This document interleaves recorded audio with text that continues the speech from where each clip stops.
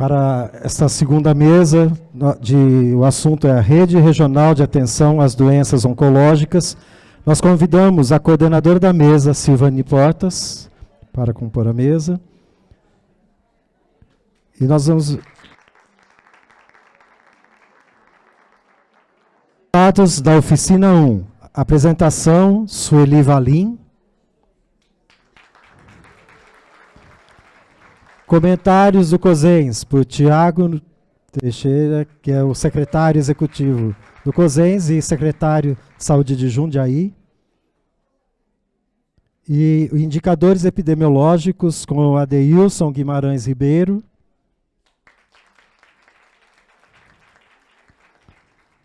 E a Rede Regional de Atenção a Neoplasias, Sônia Lanza Freire. Isso. E assim passamos a palavra à coordenadora.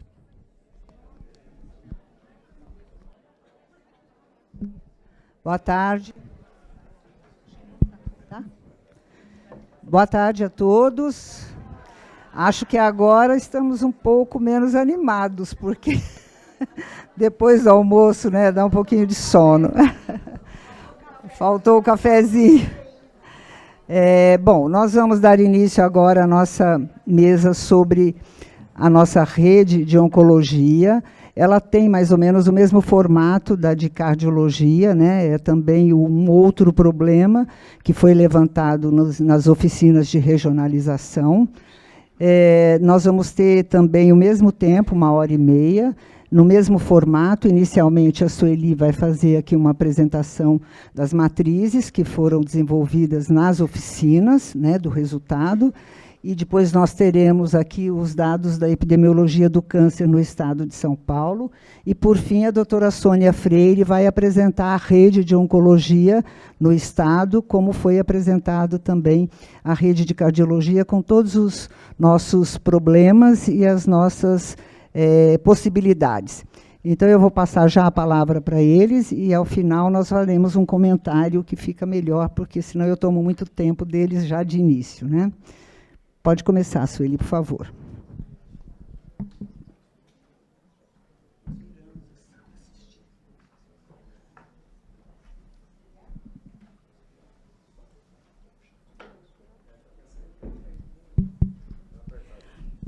Oi, pessoal, boa tarde. Eu sou Sueli Valim, sou da Coordenadoria de Regiões de Saúde e sou também do Grupo Condutor Tripartite de Planejamento Regional e Regionalização.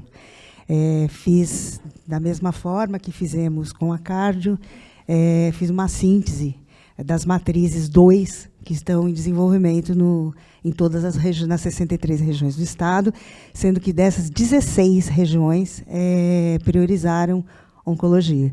Como primeiro problema, porque na segunda posição, na terceira posição, esse número sobe bastante. Mas, pelo menos, como primeiro problema, foram estas. Eu vou colocar os óculos, senão vai ficar difícil.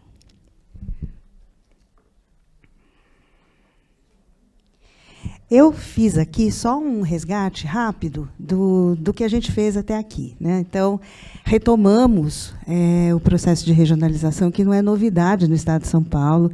Não sei quantas pessoas que aqui estão participaram do movimento de 2007, 2008. A Silvani participou, né, Sil?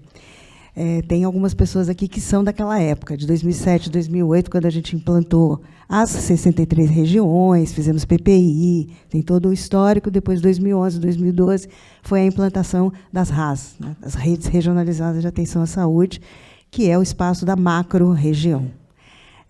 Agora, em 2000, tentamos retomar, no sentido de fazer um planejamento regional integrado.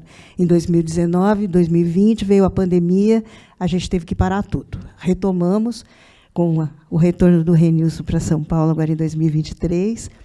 E aí, o primeiro passo foi criar um grupo condutor para que pudéssemos estabelecer, enfim, as estratégias e o formato do que seria esse processo.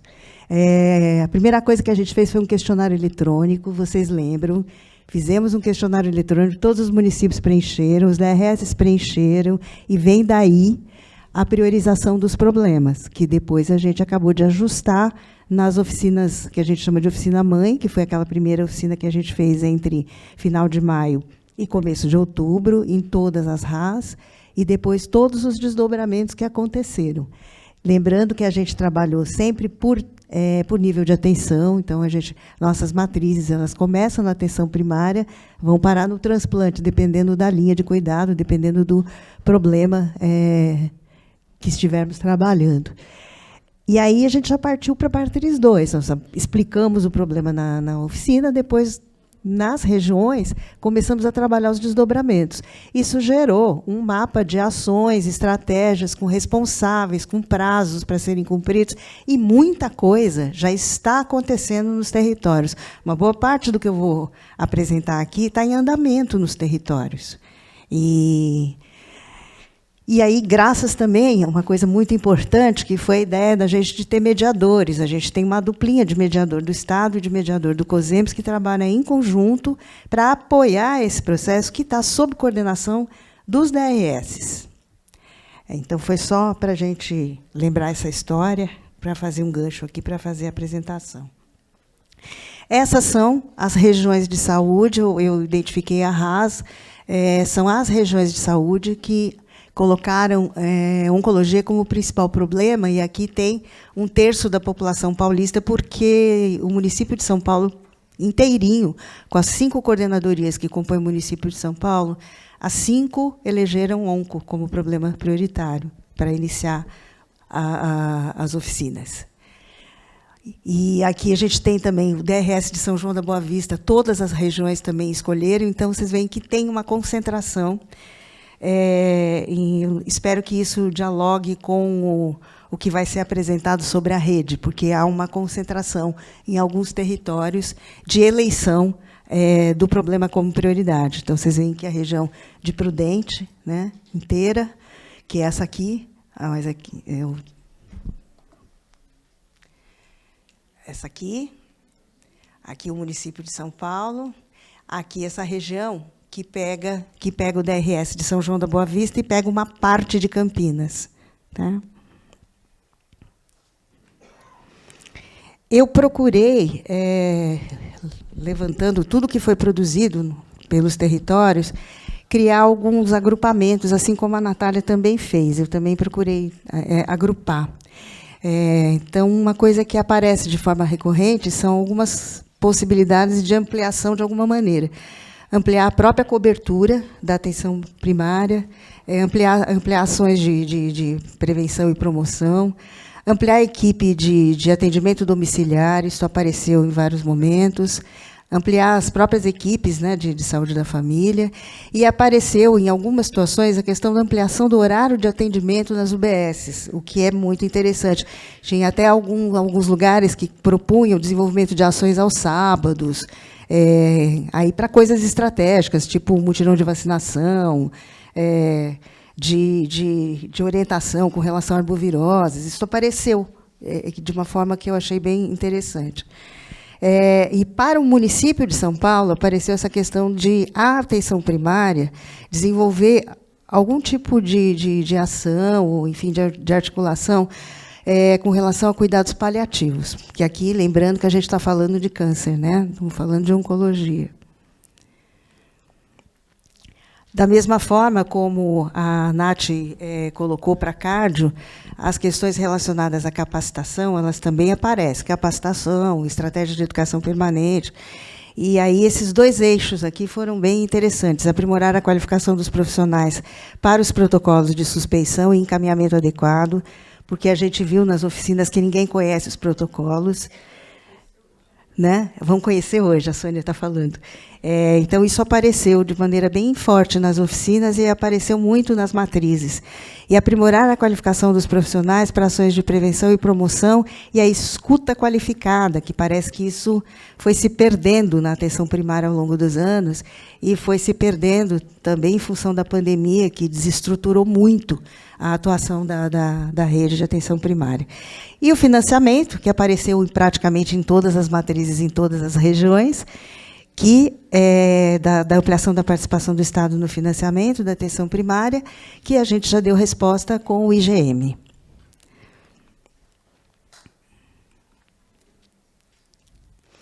Isso também aparece muito fortemente, que é a necessidade de articulação com outros pontos de atenção e também as questões de intersetorialidade.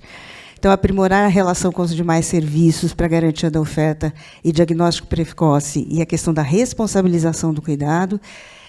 Aparece também bastante buscar a integração das informações para melhorar a gestão do cuidado, que parece que cada pedacinho tem uma informação e essa gestão do cuidado ela não acontece, de fato. Melhorar a integração com outros setores, e aqui tem um recorte que é para São Paulo, né, para o município de São Paulo, relacionado à população em situação de rua. Tem em mais de uma dessas regiões a ideia de um prontuário, tentando integrar todos os níveis de atenção e aprimorar fluxos de contrarreferência. A contrarreferência aparece em todas, tá? Que eu acho que é um problema mesmo. Questões relacionadas à saúde digital e a matriciamento também são bem fortes.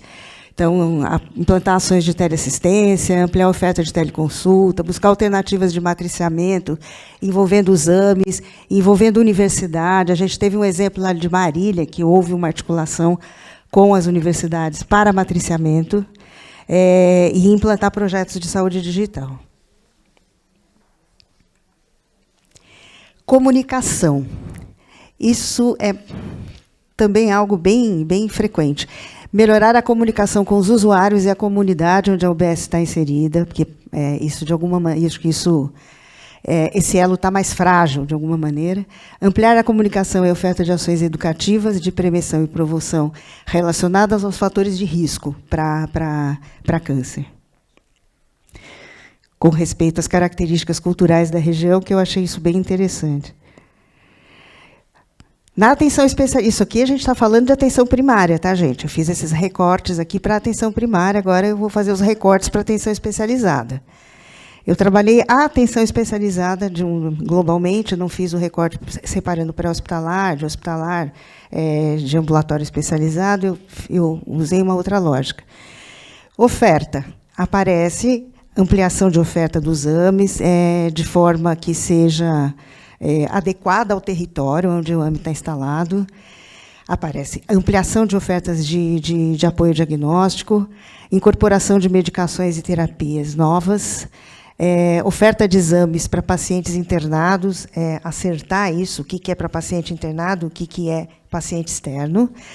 Ampliar vaga hospitalar de colonoscopia para idosos, porque é aquela coisa que é melhor fazer a colonoscopia com o idoso internado. Então, isso também apareceu bastante.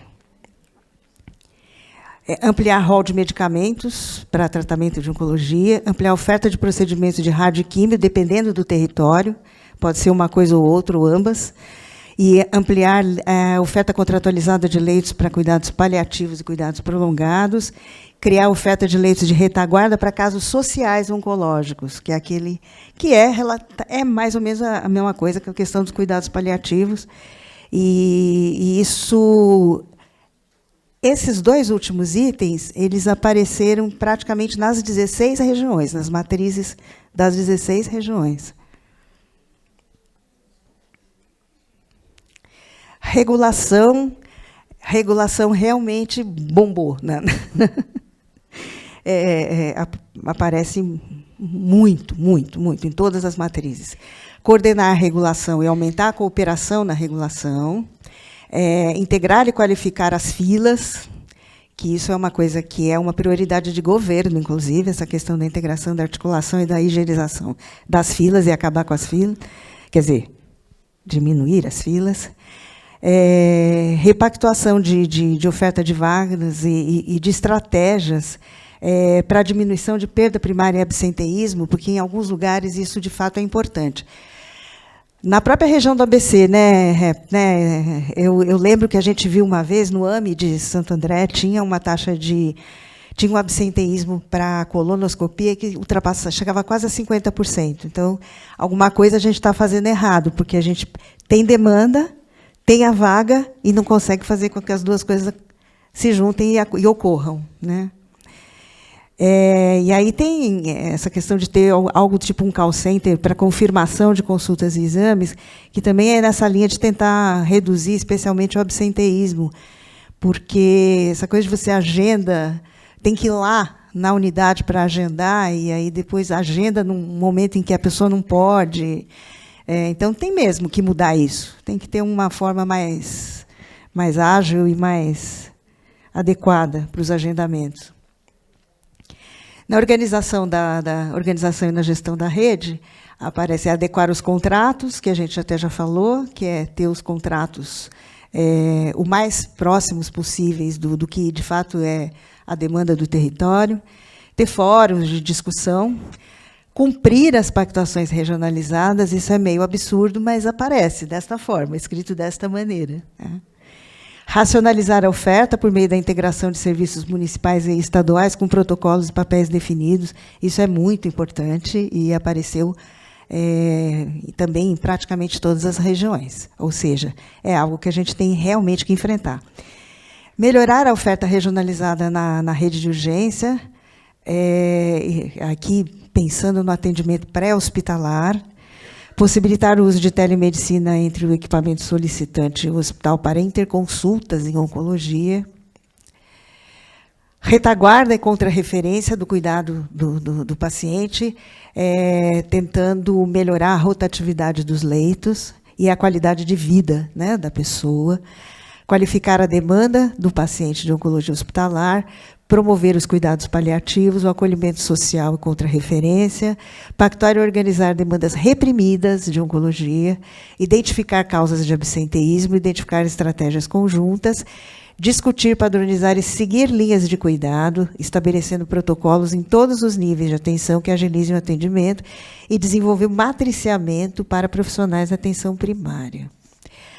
Financiamento, que é aprimorar o financiamento da tabela e ampliar o teto financeiro para procedimentos de oncologia. A gente entende que a tabela paulista responde e as publicações do Ministério da Saúde também, que ampliaram recursos para a oncologia, a gente entende que isso também foram avanços. Vou fazer só um comentário final. Eu só queria dizer o seguinte, esse material é de uma riqueza impressionante, e ele está disponível para todos nós. A gente tem um drive lá que o pessoal dos DRS, os mediadores, nós temos acesso. Isso pode ser... Oi? A gente dá, tudo bem. Quem não tem, a gente dá, tá bom? E, assim, esse trabalho ele não para. Eu acho que esse é um recado bem importante que tem que ser dado. Nós vamos estar trabalhando com os TAs em relação à tabela, os termos de adesão, mas esse trabalho não deve ser interrompido, porque a gente trabalhou um problema, gerou uma matriz com uma série de coisas que já estão acontecendo no território. O que está aqui e que depende só de uma decisão local e regional está em andamento. Né? Coisas, por exemplo, como financiamento, não dependiam do território, mas andou porque aí a secretaria andou, e propôs e efetivou coisas muito importantes e que vão ajudar muito, né? Dialogam muito com isso que está sendo priorizado. A própria priorização dentro da tabela, o que aumentou mais, o que aumentou menos, considerou a relação de problemas priorizados. Então, há um link muito claro entre tudo o que a gente está fazendo. A tabela vem, linka com os problemas que a gente identificou como prioritários, o IGM linka com o que apareceu em todas as regiões que pediam uma ampliação da participação do Estado no financiamento da PS. E aí a gente vai continuar. Nós vamos continuar processando estes problemas, porque a gente precisa chegar num PRI, como foi claramente falado aqui hoje de manhã, pela Dani e depois pelo próprio Renilson e quem veio na sequência. Então, é isso. Não é para parar, né? A gente vai fazendo com que isso tudo ande junto, tá bom? E a gente precisa monitorar estes planos de ação que estão em desenvolvimento nos territórios. Tá bom? Era isso, gente. Muito obrigada, viu? Boa tarde.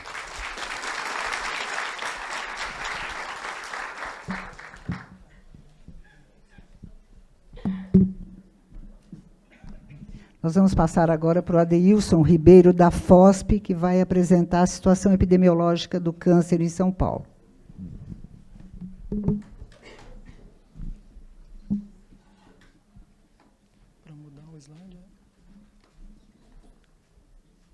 apertar aqui.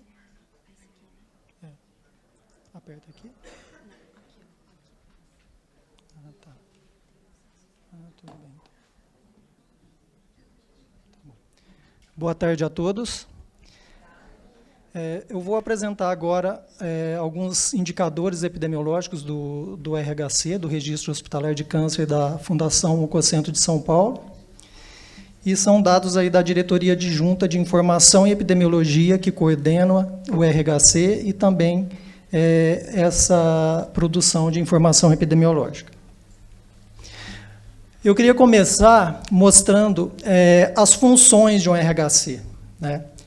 Um RHC ele tem uma função clínica, quando a gente pensa na instituição, né, porque ele traz um histórico do paciente dentro da instituição, referente ao diagnóstico, tratamento, a evolução do quadro clínico. Ele permite o monitoramento da assistência prestada àquele paciente dentro do hospital, né, e avalia a qualidade também do trabalho realizado no hospital. Quando a gente pensa na questão epidemiológica, ele permite estabelecer um perfil de ocorrência dessas neoplasias. Então, ele auxilia as atividades de pesquisa. Atualmente, a gente tem um projeto em parceria com a FAPESP e com a Secretaria de Saúde, né, com financiamento de ambas instituições, com várias frentes focado no controle do câncer no estado de São Paulo. Além disso, tem o Tabnet da FOSP. A gente tem também vários pesquisadores que entram em contato com a FOSP solicitando dados para a condução de pesquisas. Você pode conduzir diversos estudos, prognóstico, caso controle, coorte, transversal, ecológico, sobrevida, né? Permite uma gama muito grande. E, além disso, ele ajuda a construir, né, a edificar a saúde pública, porque ele traz um compilado aí de informações epidemiológicas em cânceres para os gestores e profissionais da área da saúde. É possível avaliar a qualidade da atenção primária e secundária do câncer no âmbito da saúde pública, fornece subsídios para elaborar as políticas, né, de assistência oncológica, permite um embasamento para as tomadas de decisões, um planejamento racional de recursos. E quando a gente olha para a base de dados aí, né, do RHC, da FOSP, a gente tem atualmente mais de 1 milhão de casos de câncer registrado, né? Já passamos a marca de 1.300.000. A gente tem hospitais localizados em todos os departamentos regionais de saúde, né, em mais de 40 municípios. Esse dado ele já foi atualizado, né? Não são mais 79 RHC, a gente já está com 81 instituições estão ativas e disponibilizando dados, né, para o RHC da FOSP. E, como eu disse, ele está distribuído em todas as DRS. A gente tem uma concentração maior na Grande São Paulo, em Campinas, né, Piracicaba, mas, de uma forma geral, a gente vê que tem uma representatividade do Estado, no Estado todo. E, quando a gente fala em RHC, é muito importante a gente tem que fazer um comparativo com a RCBP, né? Quando a gente fala em RCBP, a gente fala em incidência do câncer, porque ele tenta trazer dados da real incidência numa área geográfica definida. Quando a gente fala em RHC, a gente está falando da assistência oncológica, a gente está avaliando a assistência oncológica, a gente não está falando de incidência, né? Mas num estado, né, num país onde a gente não tem um RCBP disponível em várias unidades geográficas, o dado do RHC ele é muito importante para a gente estimar a carga do câncer. E outro ponto seria a diferença entre casos analíticos e casos não analíticos. Os casos analíticos referem-se aos pacientes que chegam ao hospital sem a realização de um tratamento oncológico prévio, com ou sem o diagnóstico, mas sem a realização de um tratamento oncológico prévio. É o dado mais importante para a gente construir os indicadores epidemiológicos, e eu vou apresentar esses dados aqui. Os não analíticos são aqueles pacientes que já realizaram o tratamento em outra instituição e chegam para complementar o tratamento num novo hospital. Muitas vezes ele migra de DRS. Esse dado a gente não utiliza nas análises. A gente tem aqui o número de casos analíticos, né, de casos de segundo ano de diagnóstico, de 2000 a 2023. Vocês podem verificar que a gente tem um aumento, né, ao longo da série, mas já é possível ver que em 2020, que foi o ano da pandemia, a gente teve uma queda no número de diagnósticos. Esses últimos 3 anos, eles estão em fase de consolidação, porque a FOSP recomenda que o caso ele seja inserido na base após 1 ano, para que ele venha com as informações de tratamento, com todo o histórico do paciente completo, né, ou com o mínimo de missing possível. E a gente vê que 2021, né, embora esteja em preenchimento, 2021, 2022, 2023, ele já é bem maior que 2020. Não é bem maior, não, mas ele já ultrapassou 2020 e vai aumentar mais, porque ele é um ano que está em fase de preenchimento. 2020 já teve 85% de preenchimento, vai aumentar um pouquinho, mas não tanto mais, né? Mas a gente vê que decresceu em relação a 2019. A gente tem aí 60% CACOM, 34,2% UNACOM, 1,1% UNACOM exclusivo de oncologia pediátrica, aí tem os voluntários, hospitais gerais com habilitação para cirurgia.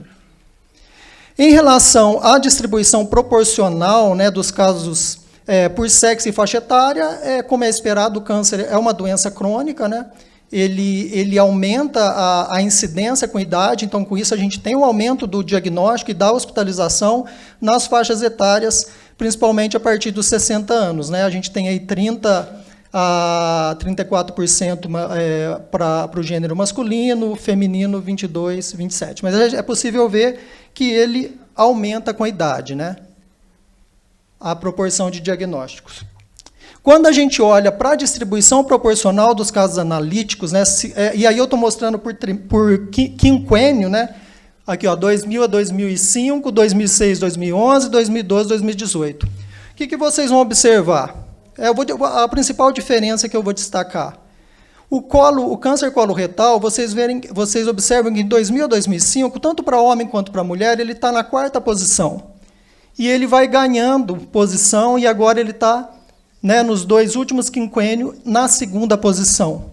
Totalmente em sintonia, em consonância com as estimativas mundiais, com as estimativas do INCA, que está mostrando o câncer coloretal ganhando posição e se tornando aí o 2º tipo de câncer mais incidente. Isso já se reflete nas internações. Tá? Com relação, outro ponto que eu gostaria de destacar é em relação à tireoide, que vocês veem que no primeiro quinquênio ela aparece em 9º lugar e depois ela vai para o 4º, 3º. Se discute muito a questão do sobrediagnóstico, aumento do uso de ultrassonografia, ressonância e vários exames, e com isso a gente vê a tireoide ganhando posição, né, embora seja se discute muito, né, dificilmente a pessoa ela vai vir a óbito por conta de um câncer de tireoide. Tem a questão do sobretratamento, mas eu não vou entrar nesse detalhe agora.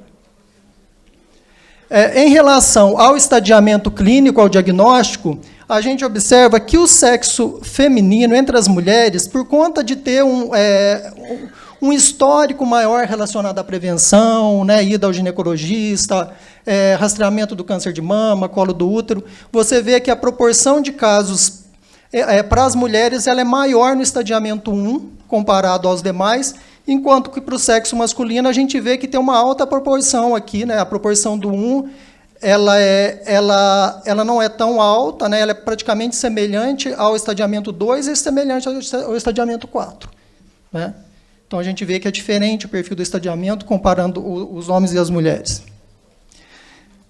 Os homens, câncer de próstata, normalmente você tem um estadiamento, uma maior proporção no estadiamento 2, né?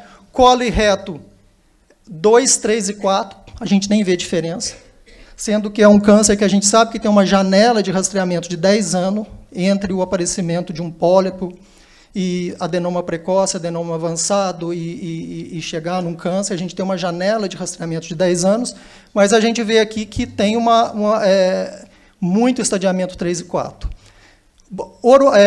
Boca e orofaringe, né? A proporção de estadiamento clínico 4 é muito alta, né? A gente está falando de um câncer de boca, né? Que pode ser detectado muitas vezes num consultório de um dentista, né? Mas aí tem aquela história do homem não procurar tanto o sistema de saúde, e isso acontece. Pulmão, por conta da própria história clínica da doença, de ser uma doença mais silenciosa, ele tem estadiamento 3 e 4 é maior, e a gente vai ver que é bem semelhante para as mulheres também. Quando você olha não, aqui eu não estou mostrando o pulmão para as mulheres, mas é bem semelhante. Mama, estadiamento 2, maior proporção de estadiamento 2, depois 3, 1 aqui em terceiro lugar, né? Colo e reto é bem semelhante ao homem, né? 2, 3 e 4 a mesma proporção. Tireoide, né? Já se esperava, né? 1. E a gente vê aqui colo do útero, 1, 2, 3, 4, mas muito 3, né? 4 não tanto, mas você precisaria melhorar e trazer aqui para 1, aumentar até o in situ, né? Trazer bastante para o in situ. E aí, quando a gente vai para o câncer de mama, a Grande São Paulo, né? Como tem uma concentração maior de hospitais, a gente vai ter mais hospitalização acontecendo na Grande São Paulo. Mas, seguido da Grande São Paulo, a gente vê... deixa eu voltar aqui.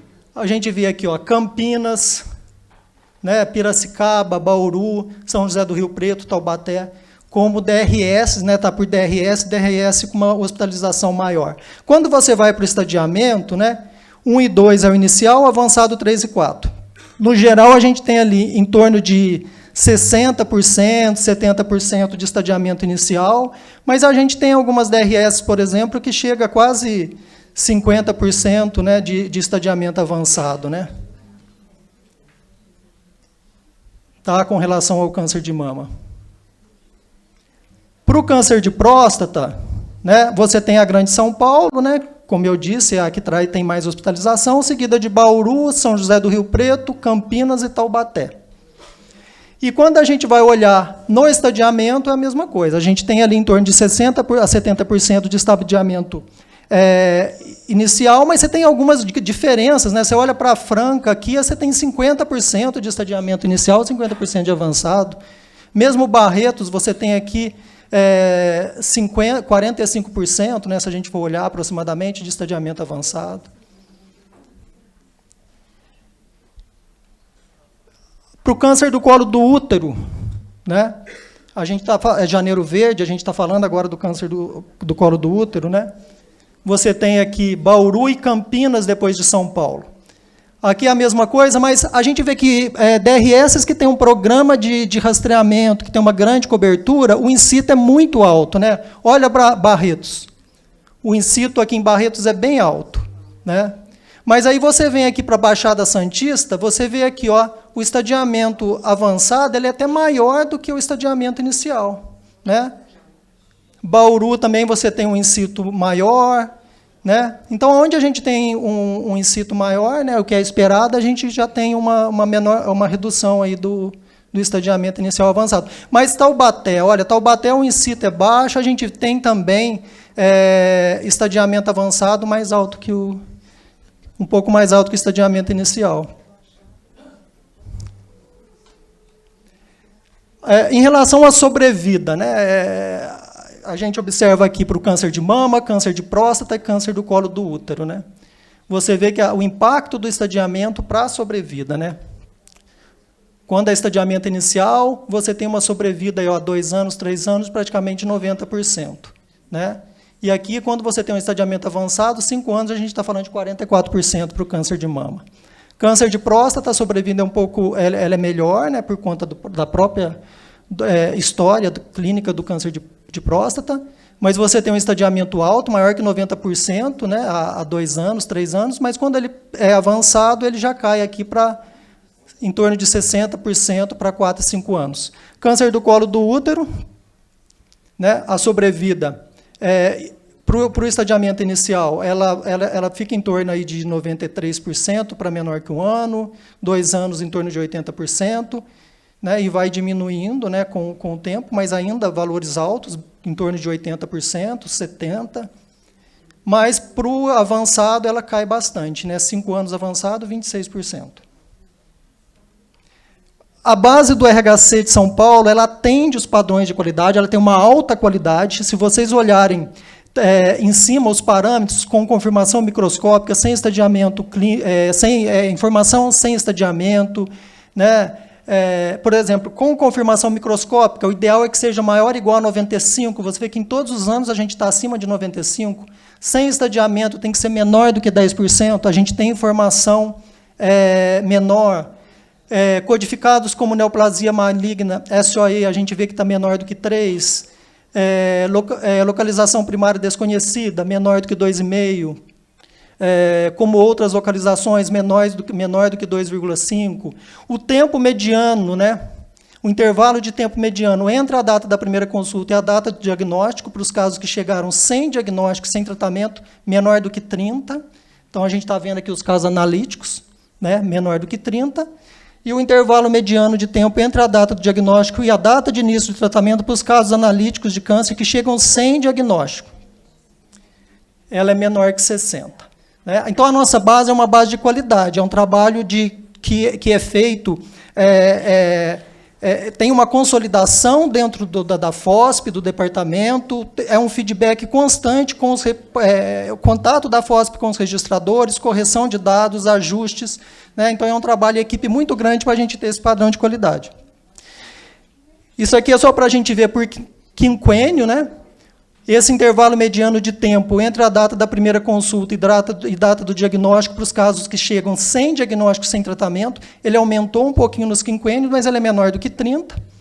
E a gente tem as duas situações, que é a situação 1, que é o caso que ele chega sem diagnóstico, e a situação 2, que é o caso que chega com o diagnóstico, que aí a gente tem uma diferença. E vai ficar mais claro no outro gráfico. Olha, a linha que é pontilhada é o caso que é a situação 1, né, do caso que chega sem diagnóstico. A linha contínua é do caso que chega com diagnóstico. A gente vê que os casos que chegam com diagnóstico, eles levam mais tempo entre o diagnóstico e o início do tratamento. E aí a gente fala, mas por quê? Se ele já chegou com diagnóstico, por que ele está levando mais tempo? E aí a gente fica, né, pensando, é feita uma análise do diagnóstico, são pedidos novos exames, aí sai o outro diagnóstico, vai ser feita uma comparação entre o diagnóstico anterior, o anterior e o novo diagnóstico, e aí depois vai se tomar a decisão e esse caso vai seguir com o tratamento. Mas essa é a realidade. O caso que chega sem diagnóstico, ele leva menos tempo. Né? A gente está falando aqui para os homens, né? Próstata, colo e reto, boca e orofaringe e pulmão. E para as mulheres é a mesma coisa. Né? O caso que chega com o diagnóstico, ele demora mais tempo entre o diagnóstico e o início do tratamento.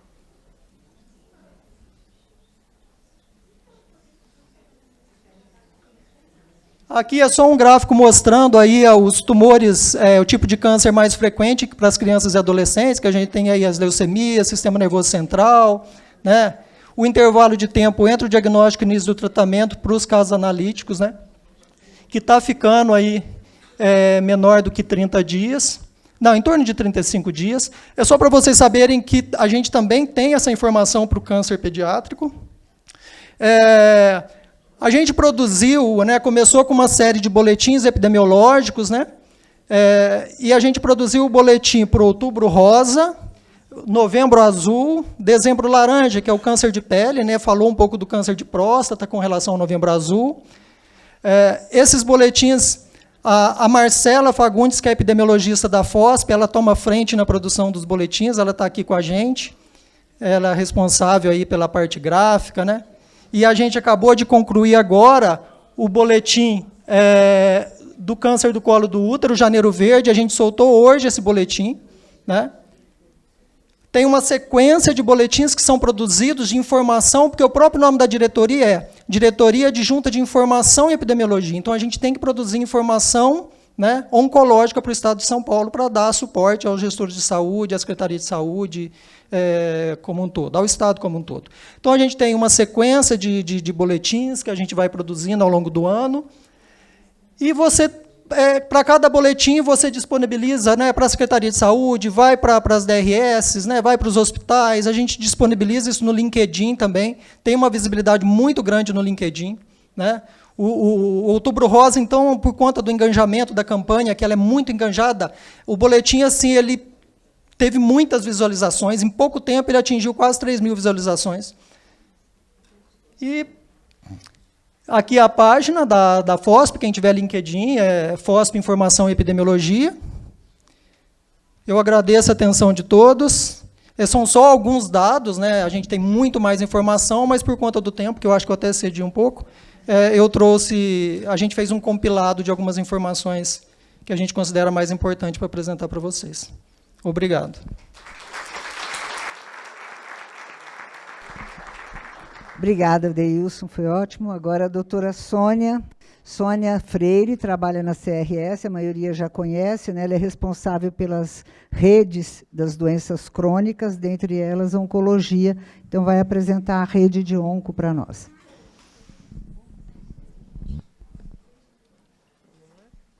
Boa tarde a todos.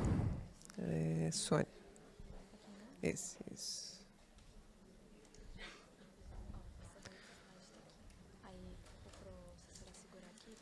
Vai aparecer. Tá. Então, Adeilson, eu acho que a gente vai... já vamos começar discutindo aqui, porque quando a gente olha a rede oncológica de alta complexidade, né, que é formada aí pelos CACONs, UNACONs e hospitais de cirurgia oncológica, na nossa conta a gente tem 14 CACONs, né? Você colocou 16. Eu falei assim para a Silvane, falei, não sei de onde tem. Mas, de qualquer forma, a gente tinha 15 CACONs até recentemente, né? Aí houve a desabilitação da Beneficência Portuguesa no município de São Paulo, que era um CACON. Então, hoje a gente conta com 14 CACONs, 11 aí na gestão estadual e 3 na gestão municipal, né? Os hospitais de cirurgia oncológica, nós temos 8 habilitados, né? 3 sem produção, né? Que eu acho que a gente precisa rever essa questão dos nossos hospitais de cirurgia oncológica. O NACON, que é a grande maioria dos nossos serviços, né? Nós temos aqui 65, e dos não habilitados, né, na gestão do município, nós só temos um, que é a Santa Casa de Itatiba. Na gestão estadual, a gente ainda tem 3 serviços aí que está em fase de formalização de habilitação, que é o Franco da Rocha, o HGIS de Itapecerica e o Litoral Norte. Tá? É importante lembrar que a alta complexidade na oncologia, né, ela é distribuída aí de forma mais ou menos igual, né? Então, eu tenho, do total da minha rede aí de 87 prestadores na alta complexidade, eu tenho 41 na gestão municipal e 46 na gestão estadual.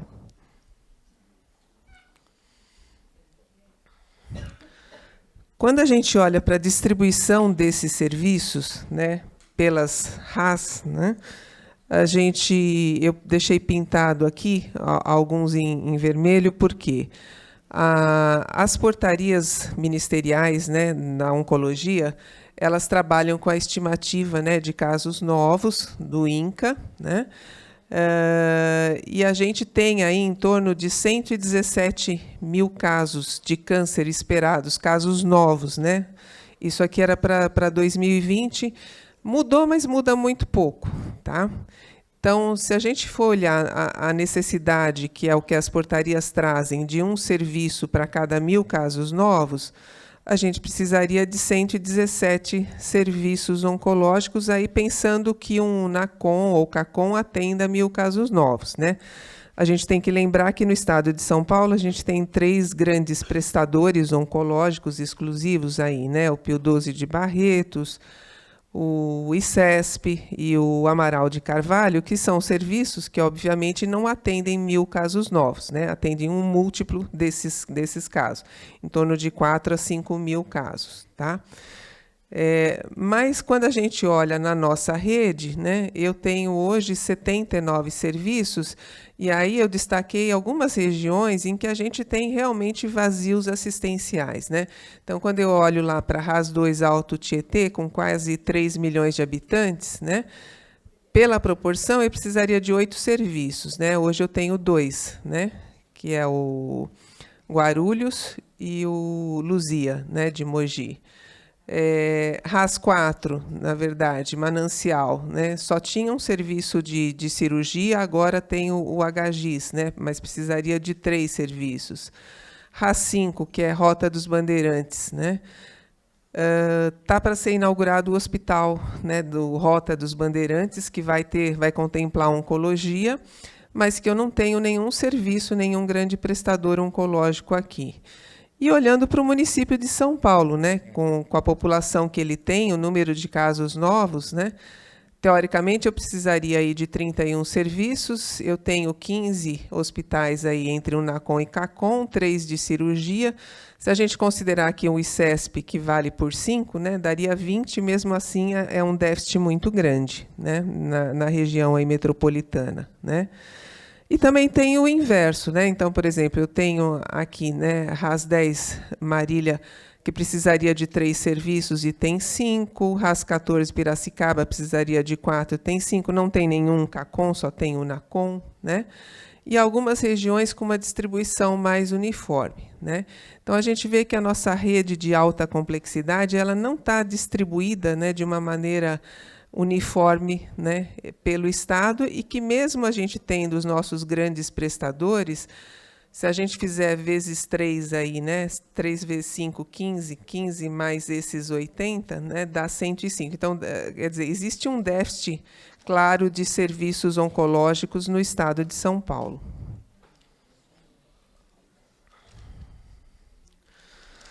Quando eu olho para a radioterapia, que foi uma das questões que surgiu, né, nas oficinas, eu também observo regiões aí em que eu não tenho nenhum equipamento de radioterapia, né, aqui no DRS1, então Franco da Rocha, Manancial, Rota dos Bandeirantes, né, e eu tenho um total de 86 equipamentos de radioterapia, né? Se eu precisasse, na verdade, aí de 117, então, ou seja, eu tenho um déficit de radioterapia também no Estado de São Paulo, né? A gente tem um programa do Ministério, né, que é o PERSUS, que é o Programa de Expansão de Radioterapia, né, em que nós fomos contemplados com 23, né, soluções aí de radioterapia nessas RAS, né, RAS 1, 2, 6, 7, 8, 9, 10, 11, 13, 14, 15, 16, 17. Tá? Algumas que a gente fala de criação, porque não tinha nenhum serviço, né, outras ampliação, já tinha um serviço e ganhou um outro acelerador. Tá? Dessas 23 soluções, nós já temos 14 concluídas, que já estão incluídas naqueles 86 equipamentos, tá? E, com 7 serviços recebendo o recurso do Ministério da Saúde. Tá? Então, nós temos ainda 9 serviços aqui em fase de obra, né? Que não estão prontos. Quando a gente fala de recurso, né, então, olhando um pouquinho para a nossa PPI, aí aquela de 2008, mas já atualizada, né, até o recurso de dezembro de 2022, então isso é fora o recurso que entrou agora, né, recente, a gente tinha um teto para oncologia aí em torno de 660 milhões e 553 mil procedimentos, né? Quando a gente olha, né, ao longo do tempo, a gente vê que a gente tem um nítido estouro aí, né, de teto, não só de quantidade de procedimentos, né, mas de valor financeiro aí, aqui, né, próximo de 792 milhões, 821, 829. Né? A gente não tem o dado fechado ainda de 2023. Então, isso caracteriza o estouro de teto aí na rede oncológica. Quando a gente fala de... O que a gente tem, né, de normativas aí para a rede de oncologia? Então, nós temos a portaria mais recente, que é essa 688, né, que veio substituir a 1399, que já tinha substituído a 140, né? São várias portarias aí que dão os critérios da oncologia, tá? Desde a 1399 já tinha sido colocado que a gente precisava ter um plano de atenção oncológica do Estado na página eletrônica. Isso já foi feito, né, via grupo condutor, né, de doenças crônicas, bipartite, né? A gente fez uma diretriz, né, CIB, aí para readequação dos planos, dos 17 planos regionais de oncologia.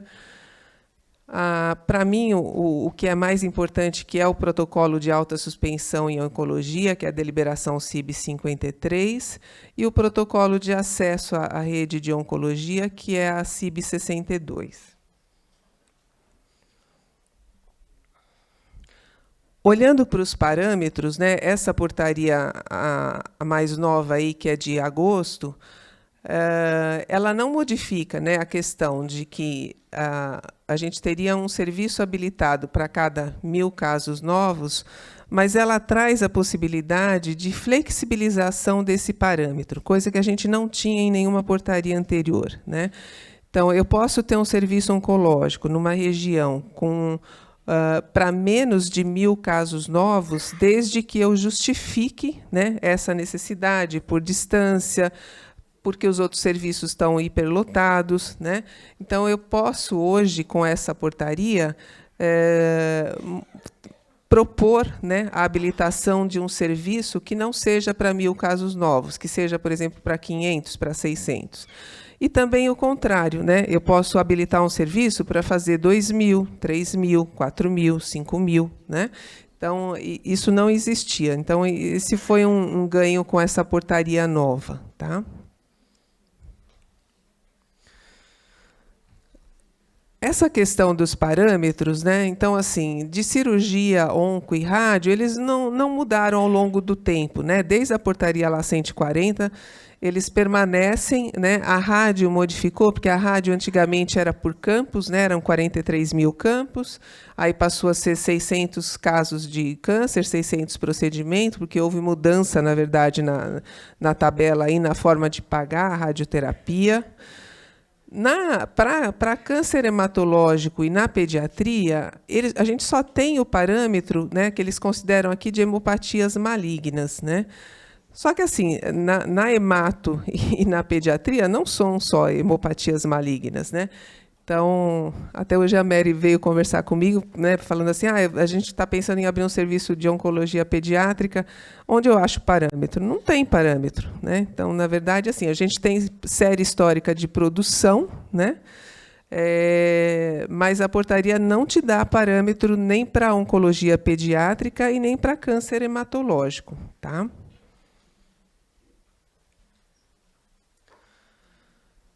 Protocolo de alta suspeição, né? Então, isso foi uma das coisas que surgiu, né, Sueli, nas oficinas, dizendo o desconhecimento aí desse protocolo de alta suspeição. Eu considero esse o documento mais importante que a gente já elaborou como grupo condutor, porque eu acho que na oncologia, se a gente não conseguir implementar as ações voltadas ao protocolo de alta suspeição, a gente não muda o cenário oncológico, né? Esse cenário que o Adeilson mostrou, né? Do paciente chegar para tratamento em estadiamento tardio, tá? Então, aqui só lembrando que o protocolo ele traz os critérios clínicos e laboratoriais da alta suspeição, então ele tem um uso assistencial e ele tem as recomendações para o planejamento. Então, qual é o objetivo principal do protocolo, né? Então, é o quê? Encaminhamento oportuno. Então, frente ao protocolo, a gente tem várias ações aí a serem estabelecidas. Então, olhar para os fluxos, estabelecer prioridades. Eu tenho que olhar para a minha oferta de serviços, né? Eu tenho que saber o que eu tenho, né? O que eu tenho de exames na minha região. É suficiente? Não é? Frente ao parâmetro, eu consigo saber, tá?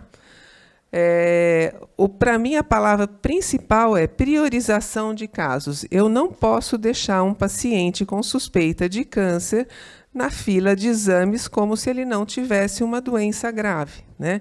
Então, assim, eu não posso deixar um paciente com uma suspeita de câncer de colo retal, né, câncer gástrico com sangramento, esperar 1 ano para fazer uma colonoscopia, tá?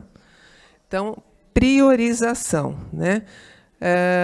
Senão a gente nunca vai cumprir, né, a lei aí dos 30 e dos 60 dias. Aqui é só para mostrar a carinha, né? Então, quem já folheou o protocolo sabe que ele vem assim, né? Eu peguei um só para mostrar.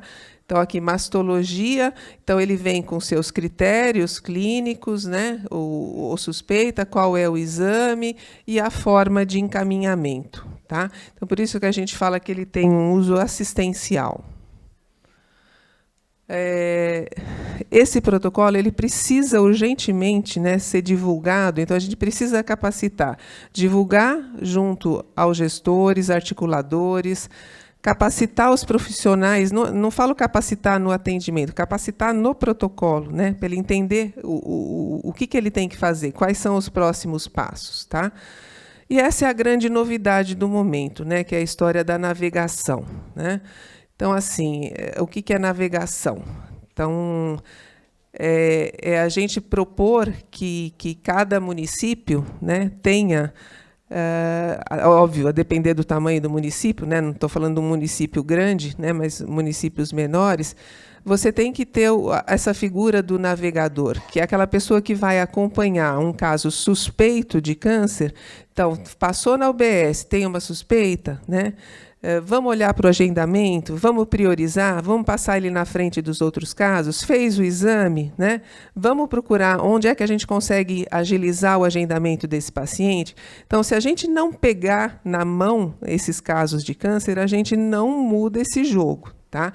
Então, isso já tinha lá na Lei 414/450, né, que era de 2022, para câncer de mama. E agora, né, a lei atual, lá que institui a Política Nacional de Prevenção e Controle do Câncer, ela traz a navegação para todos os tipos de câncer, tá?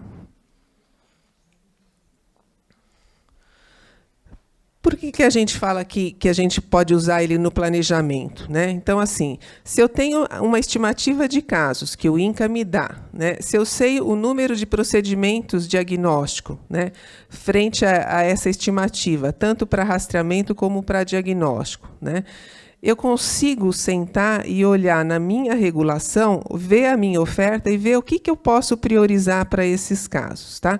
A gente não vai fazer isso de nenhuma forma se a gente não envolver os gestores, né?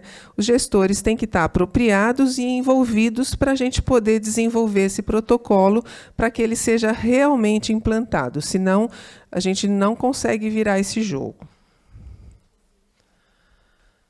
O que a gente está chamando de próximos passos, né? Então, assim, o que a gente tem que olhar no nosso território, né? Então, eliminar barreiras e dar acesso ao paciente, né?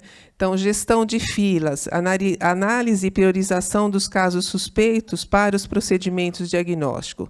Eu não faço isso se eu não envolver todo mundo, né? Então, assim, eu tenho que envolver a UBS, o laboratório. O laboratório não pode fazer o exame, estar com o exame alterado e devolver depois de 60 dias, né? Não é justo, já passou o prazo entre a suspeita e o diagnóstico, tá? Então, o centro de especialidade, onde vai passar no especialista. Então, assim, se eu não envolver todo mundo dentro da minha rede, eu não consigo fazer essa priorização. Então, de novo, apoio do gestor, né? Então, a gente tem, como técnico, tem que sentar com o gestor e olhar o que eu preciso ampliar. Eu tenho oferta suficiente? Será que eu tenho colonoscopia suficiente, né? Por que o câncer de colo de útero, né, de colo de intestino, né, colo retal, a gente está chegando em estadio tão tardio, né?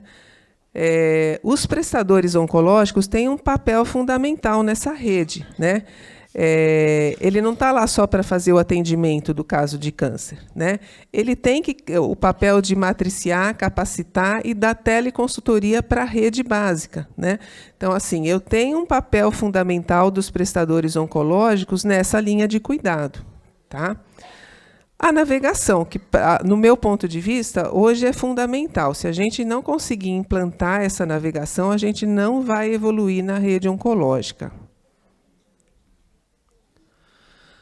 O protocolo de acesso, né? A doutora Raquel está aqui para não me deixar mentir. Ela está sempre querendo que a gente vá discutir. Ele foi feita uma deliberação CIB lá em junho de 2022. O que a gente evoluiu? A regulação de transplante de medula óssea, né, que está desde maio de 2023, né, que a gente já está regulando. A parte da regulação hospitalar, né, a gente não evoluiu. Tá? Então, isso a gente ainda está patinando, a gente ainda tem que sentar para ver quais serão os próximos prazos, né? E a alteração no formato de inserção, né? A gente tentou, nesse protocolo de acesso, por exemplo, tirar a palavra cirurgia, né, urológica, cirurgia de mama, deixar como urologia, deixar como cabeça e pescoço. Porque muitas vezes ele entrava pela cirurgia, o paciente, ele não era cirúrgico, ele devolvia para a rede, né? Devolvia de novo para a cross, né? Então, assim, o que a gente quer é linha de cuidado. Então, ele entrou por uma clínica, cabeça e pescoço, entrou pela urologia, ele vai, se ele não é cirúrgico, ele tem que passar, né, dentro do próprio serviço para a oncologia clínica, tá bom? Então, isso foi uma tentativa, né, Raquel, que a gente fez, mas que não, eu acho que ainda não está bem sucedida, né? Em relação aos planos regionais, né, que eu acho que é um objeto de revisão constante, né? Então, a gente tem hoje, junto lá com o plano publicado na página eletrônica, né, o plano estadual, a gente tem 11 planos regionais publicados, né? Eu tenho 15 aprovados pelo grupo condutor e homologado, mas alguns ainda aguardando readequação para ser publicado na página eletrônica, tá? A gente teve algumas ofertas, né, algumas ampliações de oferta aí no final de 2022, né, que foram aquelas clínicas adicionais, salas de serviço de quimioterapia, inhames vinculados a serviços oncológicos, na tentativa de ampliar a oferta aí de quimioterapia, né? Esses foram os serviços recém-implantados, aí, o Franco da Rocha, o Gilson, que já está habilitado, o HGIS, né, 3 na região aqui de Campinas, Indaiatuba, Itatiba Americana, e o Hospital Regional do Litoral Norte.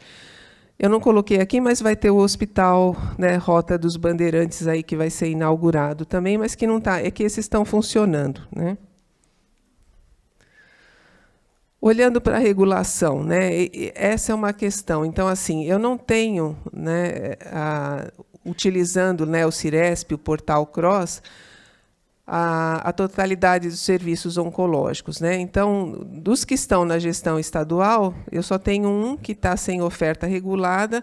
Dos que estão sob gestão municipal, né, eu tenho um percentual grande ainda que tem regulação própria e que não utiliza, né, o portal da Cross, e que a gente acaba não tendo os dados de regulação.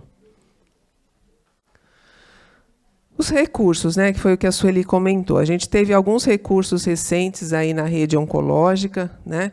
Nós tivemos aí, em fevereiro do ano passado, né, 28 milhões para realizar 5.000 procedimentos lá de reconstrução mamária, né, que é essa portaria 127.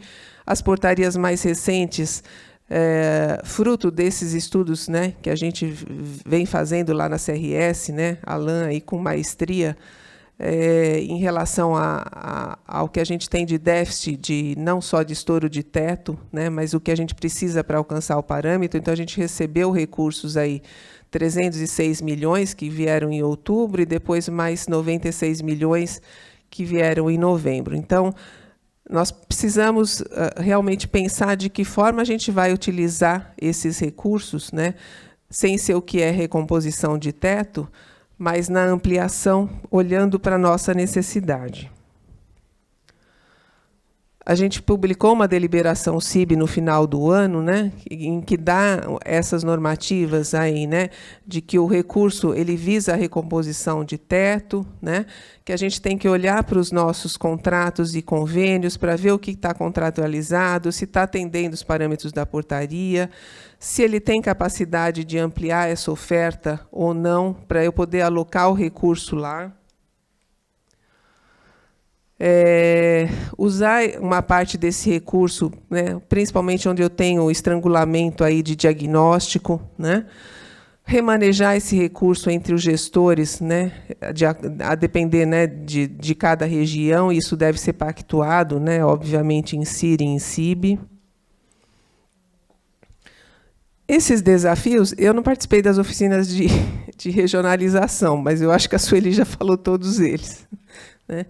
Então, ampliar as ações de promoção e prevenção, né, com ênfase no controle dos fatores de risco. Protocolo de alta suspeição, divulgação, capacitação, fluxos, processo de trabalho.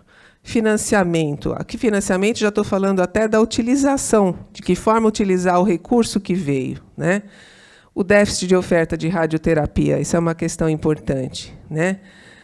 Fila única para oncologia. Né? Não temos uma fila única para oncologia. Tá? Então, essa é uma questão.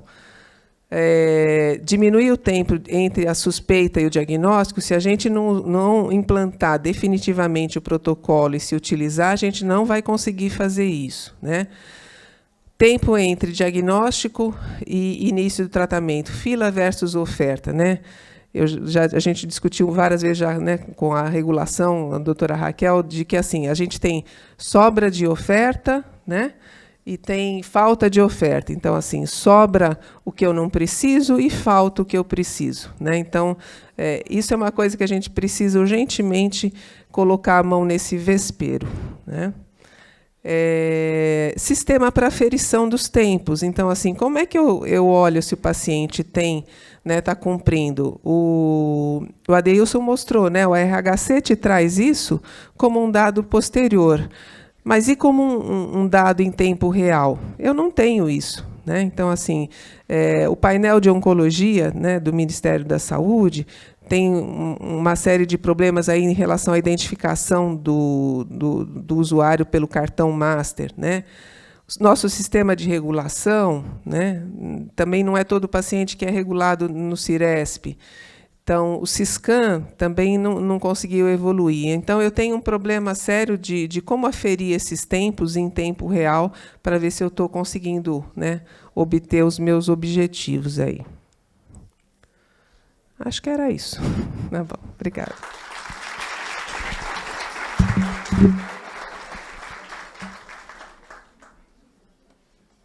Vamos puxar as cadeiras.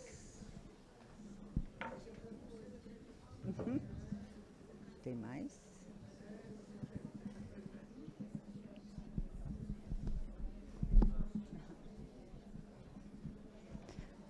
Bom, tentando aqui fazer um resumo, né, das apresentações que foram muito boas, né? Eu acho que todos vocês conseguiram aproveitar. Eu acho que elas se complementam. A Sueli fez aqui o apanhado do trabalho da regionalização, né, o trabalho de todos nós, e vem ao encontro de tudo o que foi apresentado. Né? Lógico que ele coincide, sim, com os indicadores epidemiológicos. Né? Nós percebemos aqui as dificuldades que nós encontramos, um exemplo que foi dado pela doutora Sônia em relação ao câncer de colo retal. É um problema que foi apontado, um problema de acesso, um problema que a doutora Sônia falou sobre o protocolo de alta suspeição. Então, as coisas sempre aparecem de forma a integrar aquilo que nós precisamos de informação para avançar em todo esse processo nas regiões.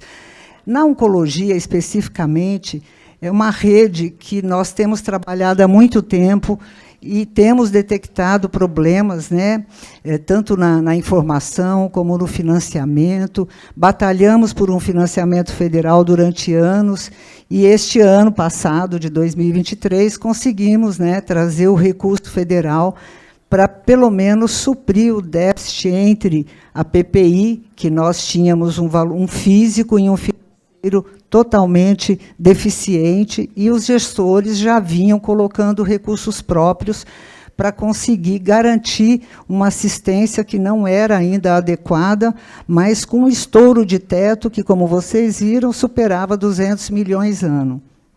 E com o estudo de vocês, no grupo condutor bipartite, nós conseguimos trazer não só esse recurso, como um recurso de expansão para atender, pelo menos, o parâmetro da portaria, que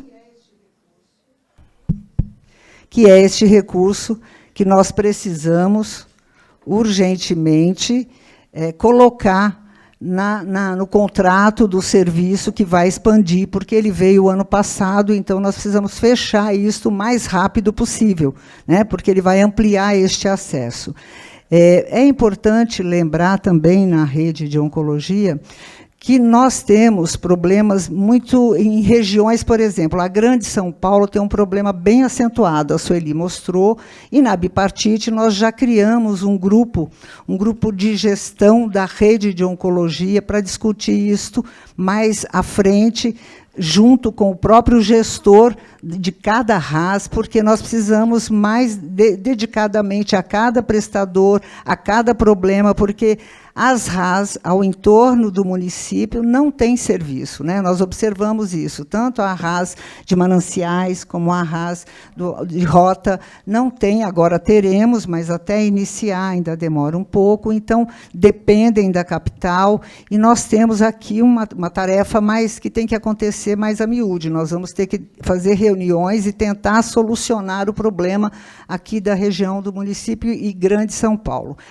Temos os dados que a Sônia aponta, quando ela mostra a necessidade apontada pelo INCA e o número de serviços que nós temos, que eu acho que, embora grande parte da população utilize o Sistema Único de Saúde, nós estamos trabalhando ali, no dado da doutora Sônia, como se toda a população utilizasse o SUS, né?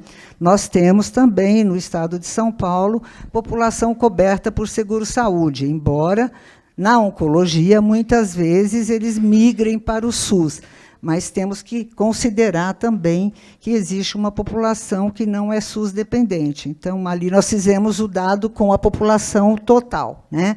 Então, precisamos ainda considerar isso, eu acho que é só uma parte que nós precisamos lembrar. Na oncologia, nós avançamos aqui no Estado com algumas experiências, por exemplo, com os AMEs que fazem a quimioterapia, para desafogar o AME e conseguir rodar mais o leito, desafogar o CACOM, o NACOM, para conseguir rodar o leito para dar mais vazão para atendimento. É uma experiência que nós estamos fazendo, que pode ser que consigamos ampliar agora com essa portaria nova do Ministério, avaliar se isso é possível com outras situações. Porque também nós temos que vincular o mesmo serviço, não dá, porque o faturamento tem que acontecer no CACOM, NACOM, não é algo simples de se fazer. Mas são arranjos que nós vamos fazendo para tentar resolver problemas onde o acesso é mais difícil. Acho que nós avançamos bastante na rede de oncologia, temos muito o que fazer regionalmente. Essa pactuação tem que ser regional, né? Nós vamos continuar discutindo isso agora com a tabela também, porque nós vamos ter uma expansão. Acredito que na oncologia nós já temos o recurso suficiente que veio de teto, mas nós vamos discutir o papel de cada serviço, e aí no diagnóstico nós podemos discutir na expansão, recurso, por exemplo, para garantir esse acesso mais rápido, né, para o paciente que precisa do tratamento oncológico. E um grande problema que eu vejo, e acho que vocês também observaram, é a regulação do acesso, né?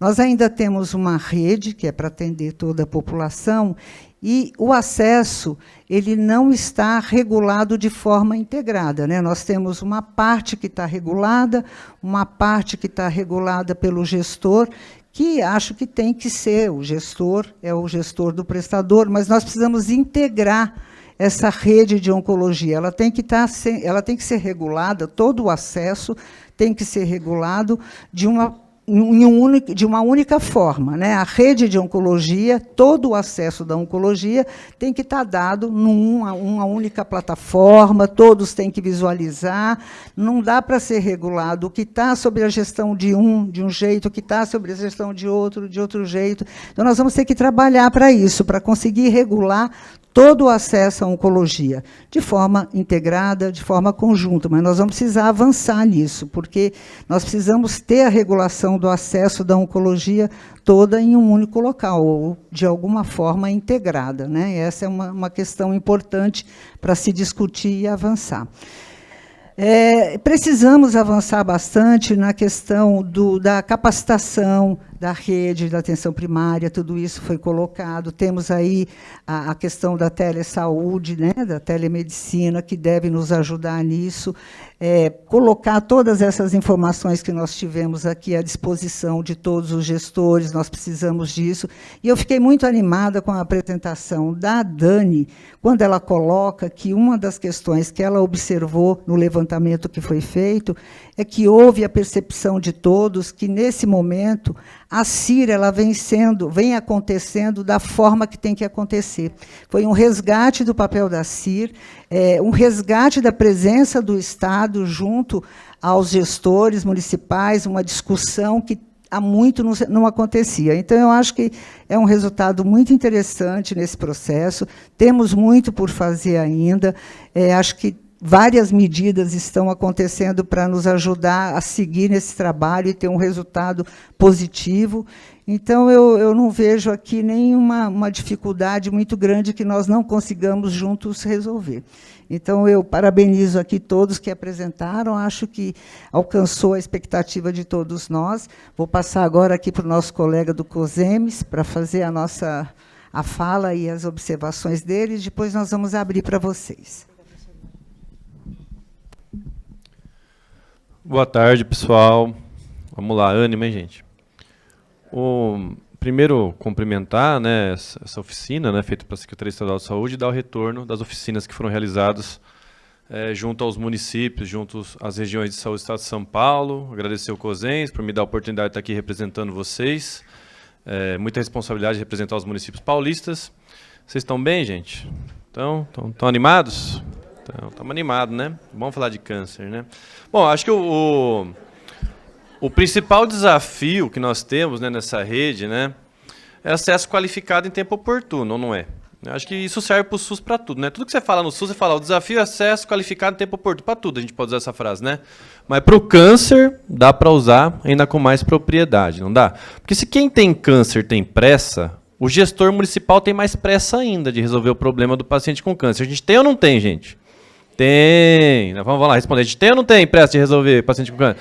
Tem. O que a gente precisa para poder fazer isso, além de tudo isso que os nossos colegas aqui falaram brilhantemente, né? A gente precisa se organizar. E não dá para deixar só na mão do município, né? A gente tem que compreender isso. Alguns desafios, né, da rede do câncer que eu vejo. Eu sou lá de Jundiaí, né? Fica entre Campinas e São Paulo, né? São 2 bairros de Jundiaí. Então, a gente tem um hospital municipal que é oncológico, né? Que antigamente tudo era Jundiaí, viu? Você pegar em 1500, diz que tudo era Jundiaí, né? Então, eu tenho um hospital municipal oncológico, né, com financiamento praticamente exclusivo do município. Agora, a partir da nova tabela paulista, veio tirar o nosso nariz de dentro d'água, né? Que o nariz já está dentro d'água, né? Então, a nova tabela paulista vem para poder ajudar aí os hospitais aí filantrópicos, né? Ainda falta os municipais, mas veio ajudar pelo menos os filantrópicos. O nosso lá, graças ao bom Deus, é filantrópico, tem câncer, então vai receber o cofinanciamento estadual, né? Mas quando a gente fala questão do diagnóstico precoce, né? Vou pegar a belíssima fala do Adeilson, né? 2 cânceres muito prevalentes, né? O câncer coloretal, vocês viram aí a última pesquisa que nos últimos 10 anos foi o câncer que mais cresceu, né? Crescimento, estava lendo aqui a matéria, estava estudando aqui, 64% cresceu em 10 anos, né? Para a gente fazer diagnóstico precoce, além de seguir, obviamente, aí todos os protocolos que o Ministério já tem para detecção precoce do câncer coloretal, a gente precisa ter acesso a diagnóstico, né? Pensando que os municípios paulistas, quantos municípios conseguem ter aí o seu centro de endoscopia e colonoscopia? E pior, Aí colonoscopia e endoscopia hospitalar, que é pior. Endoscopia e colonoscopia hospitalar, você está disputando vaga lá com tudo que você possa imaginar. Então nós temos dificuldade. Nós precisamos se estruturar em serviços regionais para poder garantir esse diagnóstico precoce de um câncer que mais cresceu nos últimos 10 anos aqui no Brasil, que é o câncer coloretal. O de tireoide, falou muito bem também. Peguei os 2 exemplos que o Adilson falou aí, para citar isso também. Tá bom, a gente consegue diagnosticar o câncer de tireoide, consegue lá fazer todo o tratamento. A hora que o oncologista encaminha para radiodo, gente, esquece. Alguém tem acesso a radiodo aí? Eu não tenho. O paciente com radiodo lá em Jundiaí, ele fica 2, 3, 4, 5, ele até esquece que ele tinha que fazer uma radiodoterapia. Não tem, gente. Simplesmente não tem. Não é assim que tem pouco. Não tem. Não tem pra onde mandar. Nós temos lá a Unicamp, né? A Unicamp eu vou falar de um sentimento, tá? Não é uma exatidão, não, porque eu não estou com os dados aqui de produção, pelo que eu vi até aumentou. A Unicamp parece que ano após ano só diminui acesso para os municípios. É impressionante quem é daquela região ali dos 42, se tem a mesma sensação que eu, que faz 20 anos que estou no Sistema Único de Saúde e cada vez com menos cabelo, a Unicamp, ano após ano, vai diminuindo acesso, vai diminuindo acesso, vai diminuindo acesso. Então a gente entra num conflito. Deixa eu fazer uma pergunta para vocês aqui, eu não vou me estender, porque a próxima pauta é saúde mental, e a gente precisa saber também, né? Que é importante para nós, né? Para nós, inclusive. Então, quem de vocês aqui, ó, quantos municípios tem aqui? Bastante município, né? Eu vou fazer uma pergunta para vocês, né? Nós estamos representando vocês aqui. Quem de vocês, ó, atenção na pergunta, a partir do diagnóstico de câncer, tá lá, diagnóstico, não estou nem falando que o médico depois vai pedir tudo tomo de novo, tudo biópsia de novo, tudo cintilograma, não. A partir do diagnóstico de câncer, quem aqui, qual munícipe aqui, né, qual paciente nosso lá consegue ter acesso a químio, rádio, hormônio e cirurgia em até 60 dias? O pacote completo. Levanta a mão aqui, quem consegue em 60? Lá, quem mais? Ó, palmas. Qual que é a sua região? Nós temos que copiar Bauru nas outras 62 regiões do estado de São Paulo. Bauru conseguiu. Então a gente consegue se organizar. Oi? Não, aí você já está humilhando a gente. Aí também... Aí você está chamando a gente pro pau mesmo, né? Não, gente, então quer dizer, você percebe? Tem região do estado, né? Estamos em quantos aqui? Bastante municípios, né? Não é uma crítica não, gente, é uma construção dessa política importante, né? Dessa linha de cuidar por dentro do câncer, né? Olha lá, conseguiram se organizar. Então as 62 regiões têm que conseguir se organizar igual vocês, porque eles conseguiram acessar tudo, inclusive a radiodo. Eu vou começar a mandar uns endereços daquela região, dos meus munícipes, para poder acessar a radiodo. Então, um desafio, olha o desafio que nós temos aqui, na equipe da SES, junto conosco. O desafio é nosso, né? Para poder garantir em 60 dias tudo isso. A minha região não consegue. E o município é Jundiaí que fornece, né? Então a gente vê uma explosão de quimioterapia, vê uma explosão de radioterapia, mas de acesso à cirurgia a gente não vê isso em tempo oportuno. A gente não consegue garantir cirurgia em até 60 dias, porque o nosso hospital geral, é onco, é traumato, é neuro e é cardio. E é porta aberta. Aí o paciente está infartando, você marcou uma cirurgia de câncer, o paciente infartou, roubou a vaga dele, o outro politrauma roubou a vaga dele, a queda da própria altura do idoso roubou a vaga dele, todo mundo rouba a vaga do câncer. E o centro cirúrgico tem um limite. Então, hospital porta aberta oncológico, gente, olha, eu falo por mim porque é o meu hospital porta aberta oncológico para atender 1 milhão de habitantes, o hospital lá de Jundiaí. O câncer vai cada vez... E assim, é munícipe te ligando e falando o seguinte, pô, eu estou na minha 3ª cirurgia de câncer cancelada, secretário, eu vou ir pegar você pelo pescoço, o que a gente faz? Então, a gente precisa repensar todo esse modelo, né? Aí a gente tem um hospital vizinho, regional de Jundiaí, do estado, porta fechada, bonitinho. Dá para atender, não dá para atender? A gente precisa se organizar, é críticas construtivas, né? Que eu estou falando aqui para a gente tentar sair, conseguir fazer igual a região lá, que faz até iodo dentro de 60 dias, tá? Queria eu morar nessa região, mas nós vamos conseguir no estado inteiro, não tenho dúvida nenhuma, né? Fora isso, aí você pega os câncer, por exemplo, pele, que é muito incidente, né? A região lá que tem muito trabalhador, agrícola, aquela coisa toda. O não melanoma, ele está lascado. Ele fica numa fila de espera ainda maior, porque o melanoma a gente opera rapidinho, porque é muito agressivo, né? O não melanoma, guarda cirurgia plástica, cirurgia dermatológica, espera mais tempo, porque ele está competindo com o câncer lá do colo retal, está competindo lá com os demais cânceres de mama, tal, e o centro cirúrgico é o mesmo, né, gente? Não pode esquecer, né?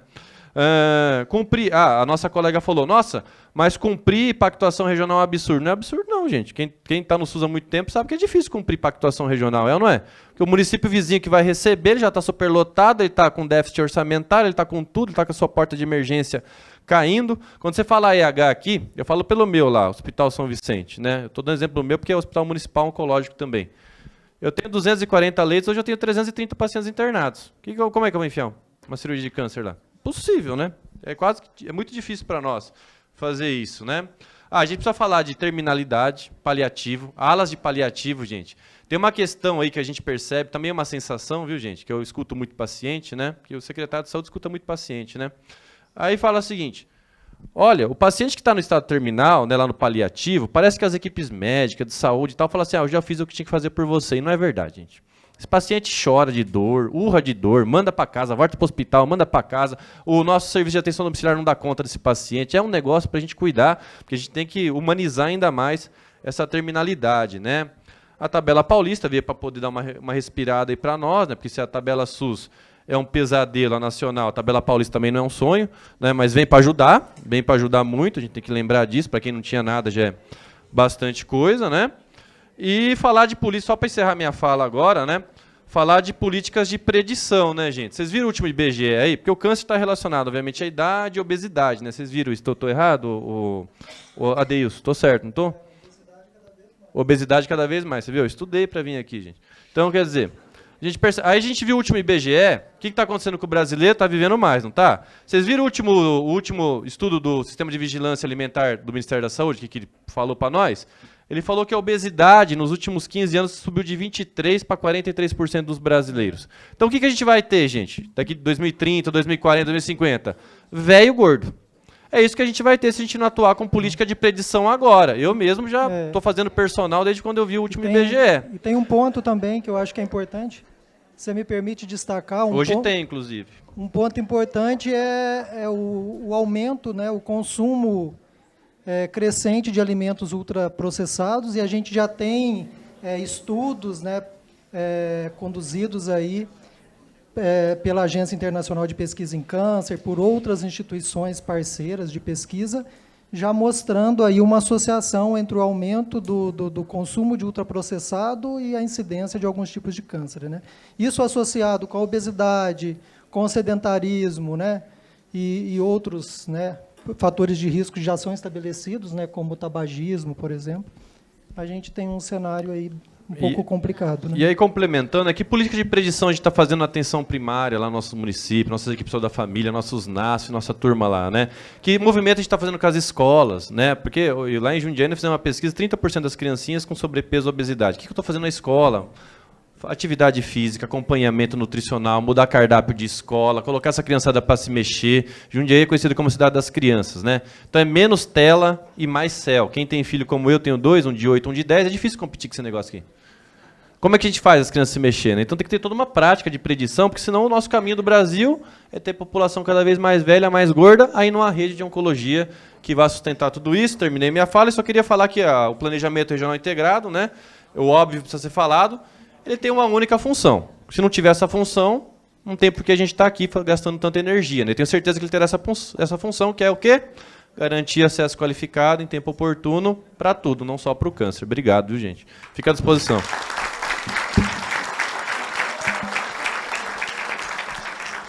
Obrigada. Agora acho que nós abrimos para vocês rapidamente, porque acho que nós ocupamos um pouquinho o horário da mental, e aí podemos atrasar. Por favor, tem uma pessoa. Duas.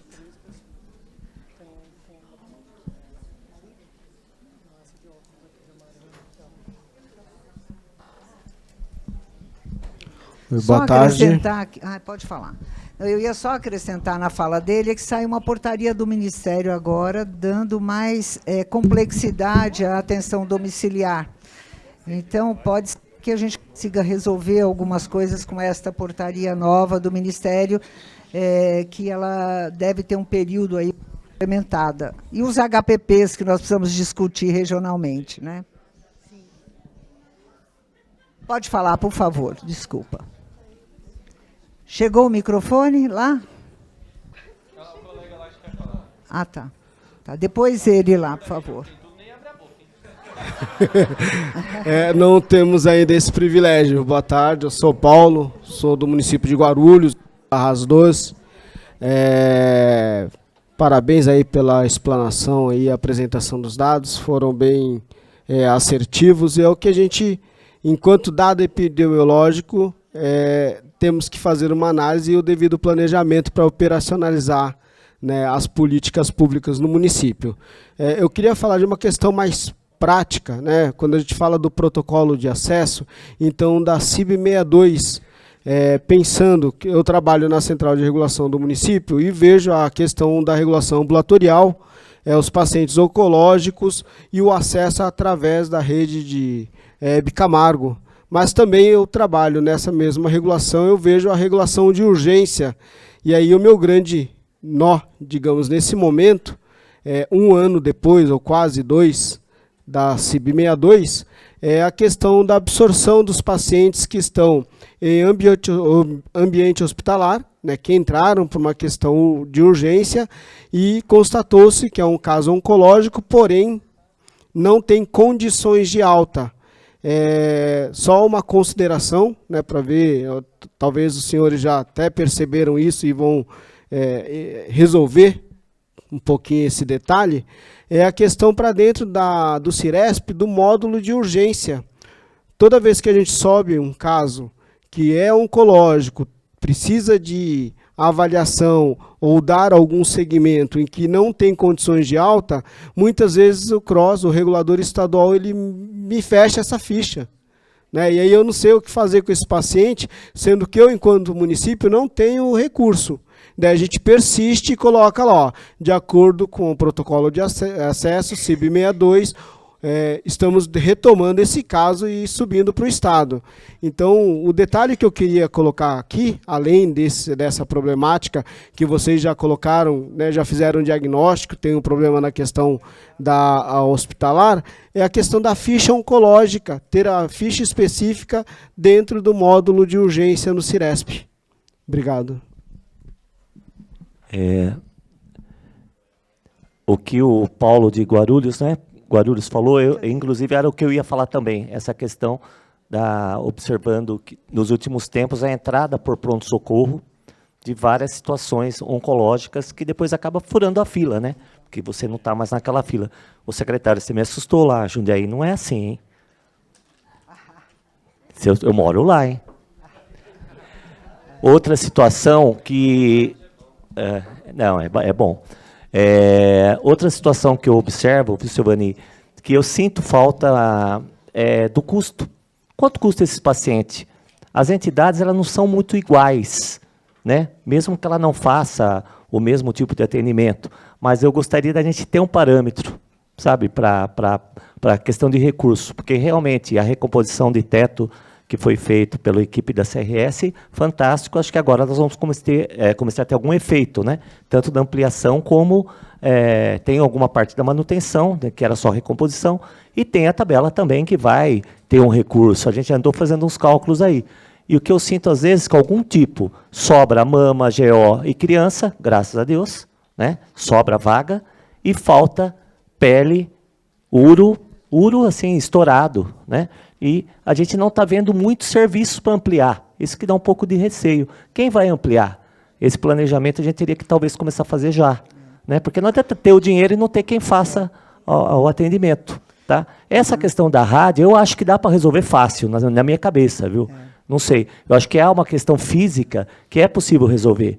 Mas a questão do primeiro atendimento, que acho que está pegando, isso não está bom. A gente vai precisar ter mais perna, porque o número de pacientes que apareceu foi geométrico e a capacidade nossa de atendimento está sendo numérico. É isso. Esse é um trabalho que o grupo aqui da Grande São Paulo vai discutir. Por favor. Flávio, Mariporã, RAS 3. A minha colocação é um pouquinho diferente na linha que foi colocada, porque o planejamento nos impactou. RAS 3 não tinha nenhuma instituição com finalidade oncológica, tem 2 hospitais regionais e, de certa forma, muito bem-vinda, veio para nós o Monacon em Franco da Rocha, que ainda está em fase de habilitação, mas, enfim, já está há 1 ano funcionando. E o que acontece ela tira o acesso porque a capacidade hospitalar da instituição foi praticamente mantida, muito pouco foi acrescido, e hoje ainda o secretário de Caieiras me dizia que uma das linhas de cuidado na cardiologia, nós falávamos isso pela manhã, que eram os infartos com super desnivelamento que precisavam fazer fibrinólise, e apesar de Franco não ter acesso à hemodinâmica, ele era a porta estratégica, então nós municípios mandávamos para esse hospital, e esse hospital, por sua vez, mandava para algum serviço com hemodinâmica. Esta linha de cuidado foi interrompida. Eu hoje já não consigo, por uma superlotação do Hospital Albano, do Hospital de Franco da Rocha, e principalmente porque, no momento em que entra a Unacom, passa a ter um número de pacientes clínicos que antes eu não tinha naquele hospital, porque era um hospital com uma vocação mais cirúrgica, entre aspas, roubando vagas de pacientes que antes eu tinha uma linha de cuidado já existente. E dentro do que foi dito na epidemiologia, é muito interessante que dentro do planejamento, foi feito um planejamento, Adeilson, né? Foi feito um planejamento esperando-se que nós conseguíssemos ter um maior número de pacientes nas fases iniciais, o que não foi a realidade. Na prática, ao ter a Unacom instalada, nós temos pacientes em fases mais terminais, não terminais, mas fases mais avançadas do câncer, o que demanda recurso financeiro maior, o que faz com que a quantidade de internação seja muito maior. Então, onde eu quero chegar? O planejamento que, infelizmente, não foi adequado, então precisa ser revisto para que a gente não tenha prejuízo nesse momento.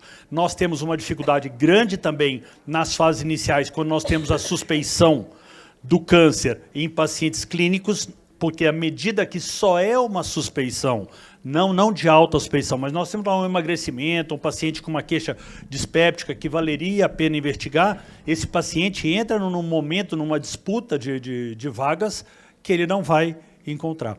E dentro, para finalizar, os paliativos, os cuidados de terminalidade, são extremamente importantes, que também nós estamos discutindo na nossa região para tentarmos aliviar os nossos hospitais gerais, de forma a tirarmos os pacientes que ficam aumentando o seu tempo de internação, a sua permanência dentro dos hospitais de maior complexidade, de muito alta complexidade, que deveriam estar dedicando seus leitos para o tratamento de câncer e ficam ocupando os pacientes, com pacientes que poderiam estar já numa rede de menor complexidade. Era isso. Obrigado. Obrigada.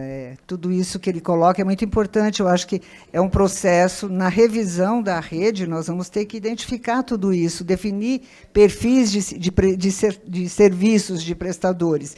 Por exemplo, para cuidados os HPP, alternativa. E nós vamos ter que enfrentar isso e identificar e potencializar, né, colocar recursos, mas para o problema daquela região. Então, esse é um problema. Você coloca que colocar a oncologia num serviço vai dificultar acesso para outras áreas, nós vamos ter que olhar todo o acesso daquela região. De repente, a necessidade de investimento, mas isso é algo que vai se prever e vai se planejar. Então, a oncologia era uma prioridade para aquela região, então entrou como um dos problemas. Cardiologia vai ser impactada com isso, nós vamos ter que discutir e achar uma solução, né? Eu acho que isso é a discussão lá da região. Vamos continuar discutindo, né? Isso não esgota aqui, não é colocar aqui e criar um outro problema, né? Essa é uma discussão que vamos manter na CIR, sempre, né? Eu acho que é isso. Por favor, para você. Deixa eu pegar o microfone, senão quem está em casa não escuta. Quer esse aqui?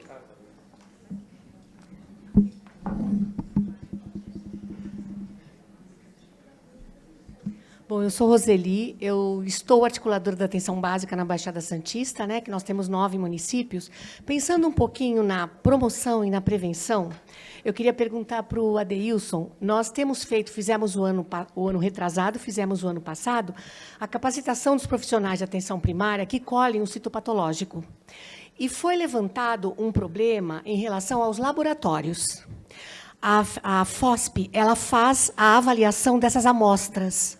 E parece que algumas amostras na nossa região, não sei de outras regiões, não foram colocadas como satisfatórias. Eu queria saber assim, como é que a gente faz um trabalho, porque tem que ser um trabalho em conjunto com a FOSP, porque isso me deixa muito preocupada, porque a mulher que faz normalmente a coleta de Papa Nicolau, os profissionais são treinados, e quando ele vai para o laboratório, a gente não tem certeza se esse exame foi bem feito, foi aventado isso. Eu queria saber se vocês podem fazer alguma coisa em relação a isso, né? Sim. Olha, a FOSP, no caso, a FOSP é composta, né, por 3 diretorias adjuntas: a Diretoria Adjunta de Informação e Epidemiologia, a Diretoria Adjunta de Laboratório e a Diretoria Adjunta de Reabilitação, que é responsável também pelas confecções de próteses, né, principalmente para o câncer de cabeça e pescoço. Eu posso te passar o contato da diretora adjunta de laboratório, e você pode falar diretamente com ela. Ela, inclusive... Oi? Não é a Liz. Ela assumiu recentemente, e eu te passo o contato, e, com certeza, ela vai te dar toda a assessoria que você precisa em relação a essa condução dessas amostras.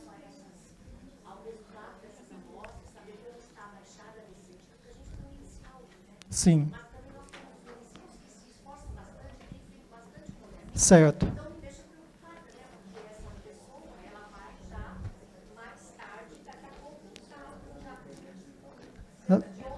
Não, com certeza. Eu vou pegar o teu contato. Tá. Eu vou pegar o teu contato, tá? E eu vou conversar com a diretora de laboratório, e possivelmente ela vai entrar em contato com você, tá? E eu queria só aproveitar rapidinho, porque teve uma divergência, né, que a Sônia colocou com relação ao número de CACOM. É porque a gente considera todos os CACOMs que contribuíram com a série histórica de 20 anos. Então, a Beneficência Portuguesa, ela fez parte, ela está lá dentro do percentual, né, que contribuiu com os dados, né? Mas não com relação... não é o recorte atual da rede, né? Não, rapidamente, já extrapolamos muito o horário. Em relação ao protocolo de acesso, né, principalmente essa questão da regulação dos pacientes internados, né, que acaba descobrindo um câncer, né, às vezes uma cirurgia de emergência e acaba aguardando e não tem condições de alta para poder entrar via ambulatorial, né? Então, isso é uma questão importante, é o que eu falei, a gente não avançou nessa questão do protocolo de acesso. Eu acho que a gente precisa avançar, e principalmente na pactuação regional, né? Então, assim, é difícil a gente impor isso, mas a gente vai ter que sentar junto, né, com os serviços e as regiões, para que cada região pactue um quantitativo, pelo menos, possível de oferta aí para esse tipo de caso, né? Então, hoje a gente não tem isso, né? Então, a gente não tem essa pactuação definida, o que dificulta, né, fazer com que um prestador oncológico receba um paciente transferido, né, para a internação. Então, isso realmente é uma dificuldade, e eu acho que é uma questão que a gente precisa avançar. Acho que eu já vou levar bronca do Renilson, que gosta de me dar bronca, mas a Cláudia está pedindo para falar ali rapidamente.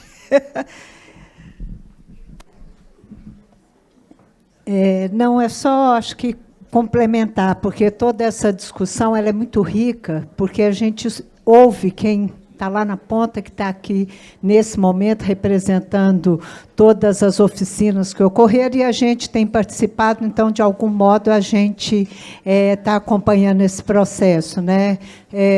Eu só queria, como representante do Ministério da Saúde aqui, né, pela Superintendência do Ministério da Saúde de São Paulo, dizer, viu, Tiago, que você vai ter que agora complementar a sua informação. Além da tabela SUS paulista, agora a gente tem a Lei 14.820, de 21 de 16, né, de janeiro de 2024, da revisão periódica dos valores da remuneração da tabela SUS. E, como é lei, ela tem que acontecer, então, a cada ano, em dezembro, o Ministério da Saúde definirá a atualização dos valores. Então, que a gente agora sabe que é política a ser cumprida, e o mínimo é a correção da inflação. Era só essa complementação. Obrigada. Obrigada a todos, palestrantes. Agradecendo a terceira mesa.